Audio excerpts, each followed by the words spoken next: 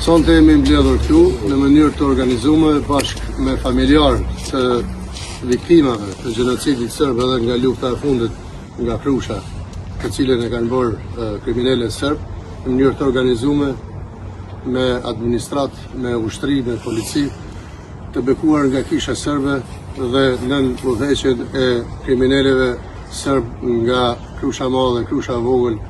Hoqa Madhe, Rahoveci, Rrethina dhe nga Serbia. Andaj në shenjë respekti,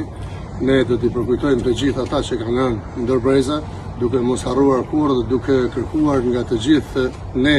së bashku nga shteti në veçanti që mos t'ia falë Serbisë, mos të harrojë këtë gjenocid që ka ndodhur dhe të punohet për ngritjen e padisë